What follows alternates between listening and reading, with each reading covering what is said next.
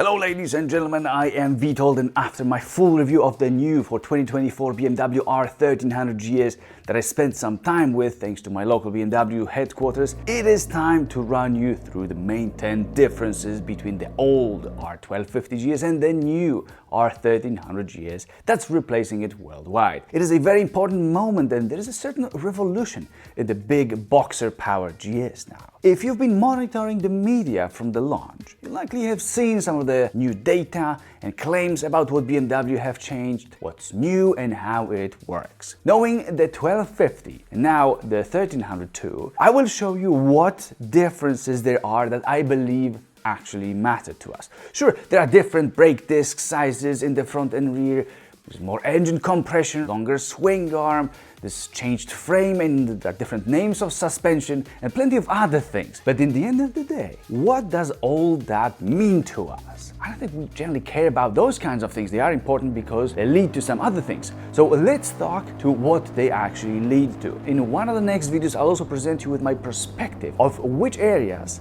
of which generation I personally like more, because it's not that obvious. Definitely worth knowing too. I'll now start with the size and weight, as this is what I believe impacts most of the changes the most and will in some places be following us in some other points. This new R1300GS is a smaller motorcycle in terms of how wide it is, how tall it is in various points, and in general it's now a motorcycle with fewer points or elements that stick out of it. Its shape is smoother, there are fewer sharp lines and suddenly different parts out of the blue. It's more covered, more protected, and more elements are closer to each other, especially when it comes to powertrain. So mostly the engine and its area. It is slimmer and you can see that immediately, just as if it really was from a different lineup of motorcycles within BMW. More compact, they say at BMW, and I definitely agree. The seat height is the same at 85 centimeters and can be raised to 87 centimeters. It is also lighter by 12 kilograms, but remember that it's with no optional equipment, so the final weight may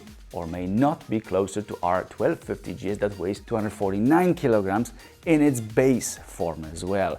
R1300GS starts from 237. You likely won't feel that much of a difference in weight, as it's less than 5% difference. Now what you may notice is that R1300GS feels as if it had its foot pegs higher, so there may be less relaxed lower body position, including knee angle. Some call it more sporty if they try to push the narrative. I call it less comfortable or less relaxing. If you get Enduro Package Pro, whatever it sounds like, you are getting adjustable foot pegs and brake and gear lever, but it's not clear if it means that they can go further lower in comparison or they can be further raised, or both, lowered further and raised further. Bottom line is that even though you may not realize a difference in raw weight, it's likely that seeing much less of a motorcycle in front and underneath you, you will get under an impression of riding a smaller bike, which is true. But does it feel lighter?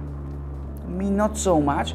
And if there is a difference, it's marginal and I would disregard it, despite cheering BMW in lowering the weight of any motorcycle in general, which is a good direction. The second difference that's connected with it is design, and here you can see how different they are, and I would like to just point a few things that I think are the most important. Now, the overall shape remained the same, but there are more smooth lines, again, fewer exposed parts, and sort of more aerodynamic look that I consider a new language design for BMW and a big change in comparison to all previous big GS variants. There's also very different front light design and the end of the asymmetrical one that's been in a GS for over 20 years, starting with GS from 1999. Now we've got no tail lamp, and positioning and brake lights are fully integrated into rear indicators. Then the front indicators are by default in handguards. Take a look also at what the engine is covered with. This is some kind of a new texture slash paint. A nice change is the new oil level window that now shows you what you want to see, or you don't want to see maybe, but you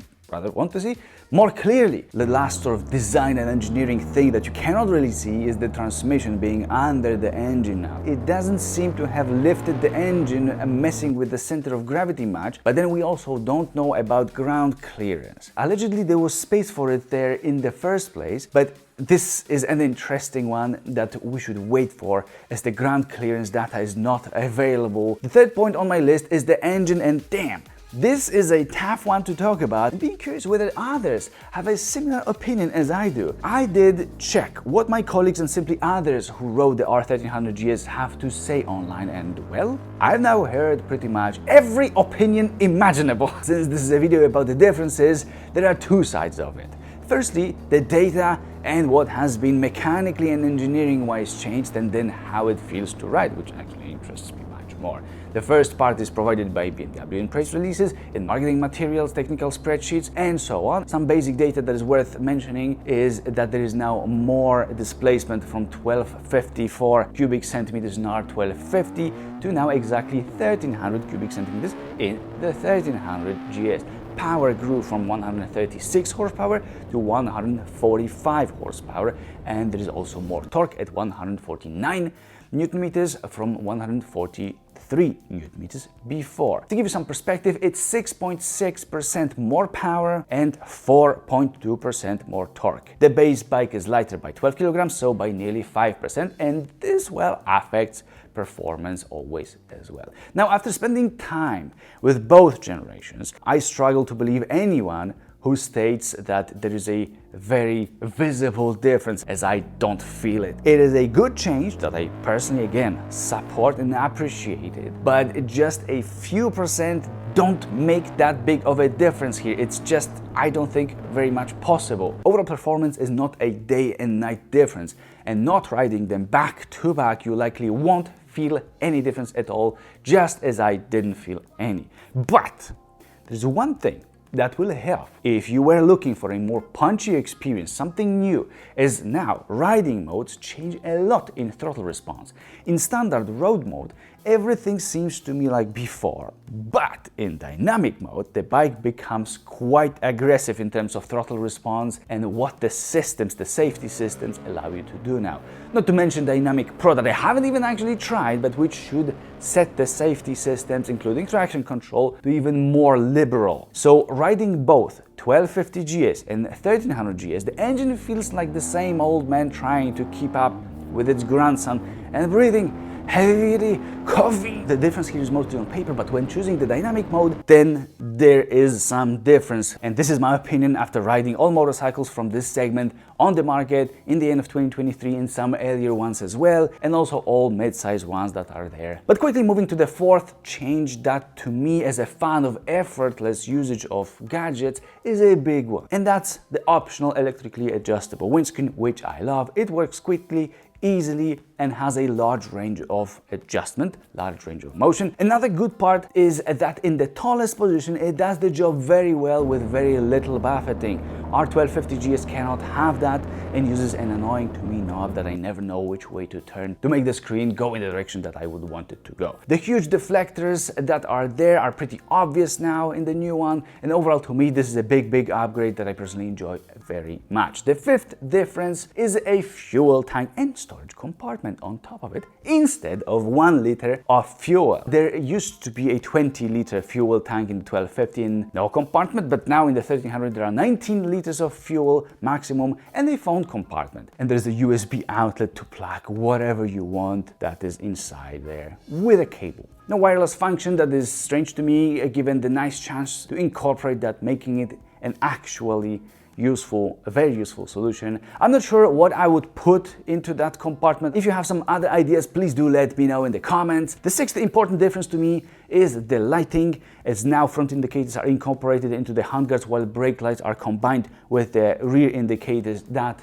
are on one hand very visible generally, but then the indicators themselves may be now a little bit harder to spot, especially when braking. These are all LEDs. In terms of the front light, the design is different, but the functions basically remain the same. Just now it's in a form of a one lamp instead of two with separate low beam and high beam, instead of two sources of light there. This front LED light can have cornering function if you get an optional headlight pro with more LEDs inside. It is said that the new light should and likely is working better after dark, as it's newer technology, newer design. I actually do believe this statement. It should also be working in a self-leveling mode up to some point in a limited range, as I've heard, but it's mostly the form factor that is different. Now, in the 7th point, I've got to mention one of two significant changes in technology. This one is totally new to the GS, but it's not new to us who have ridden its competitors.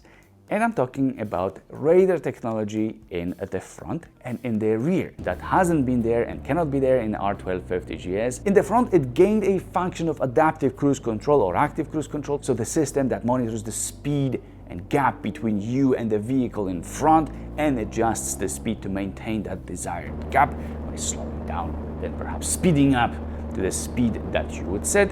It also adds a function of collision warning that I like as an idea and value the way it works despite it being not perfect, which you can see in my full review caught on camera in some specific situations where it thinks that it's smarter than it really is and it may, worst case scenario, scale. Check out that video afterwards. And on top of that, there is to be some braking if the bike realizes that it should help you not crash. We lack more details on it and I haven't tested it deliberately, obviously. Yet what I know is that all of these can be switched off if you worry, but you shouldn't. And this place is where the radar is, so if you equip your 1300 with the radar, don't stick or modify anything in that area. And here is where the rear radar is. And having those flat elements, those covers, does not automatically mean that you've got the radars behind. It depends on an option. The rear one is responsible for monitoring your blind spots and in general whatever is happening behind you on the lane to your right and to your left, and if there are vehicles that approach you from the back. The lights in the mirrors should warn you about all of that in the corresponding mirror to the side that there is a vehicle. BMW calls it a lane change warning, which I've been watching in action, and more on that is also in my full review of the 1300. None of that is in the 1250, and well, this is certainly a significant tech upgrade that you can get by buying a riding assistant option pack. The 8th major change is the second new tech that can be on board this new GS, which is called Adaptive Vehicle Height Control, which is an entirely new system for BMW that is similar to the one introduced by Harley-Davidson in their Pan America Special. The new R1300GS can, if you buy this option. It can lower itself by 3 centimeters, lowering its seat height from 85 to 82 centimeters when at a standstill. It does it gradually and rather gently, so that you generally aren't supposed to notice it unless you start accelerating quickly from a standstill, which I've done quite a few times. And unlike in Harley, I am still pretty convinced that I could at sometimes realize when it raises itself back up. It is a bit confusing and sort of weird feeling. I personally couldn't get crazy about this system so much, but I'm also 1 meter 83 centimeters tall or 6 feet tall, but I think it's great for short riders since they don't lose anything. They don't lose any ground clearance, they don't lose any riding dynamics. But I'm thinking if the GS could also raise itself further up and increase ground clearance, then it would be sort of 2-in-1, a GS and a GS Adventure. Then I would get it just to have it and just to show off.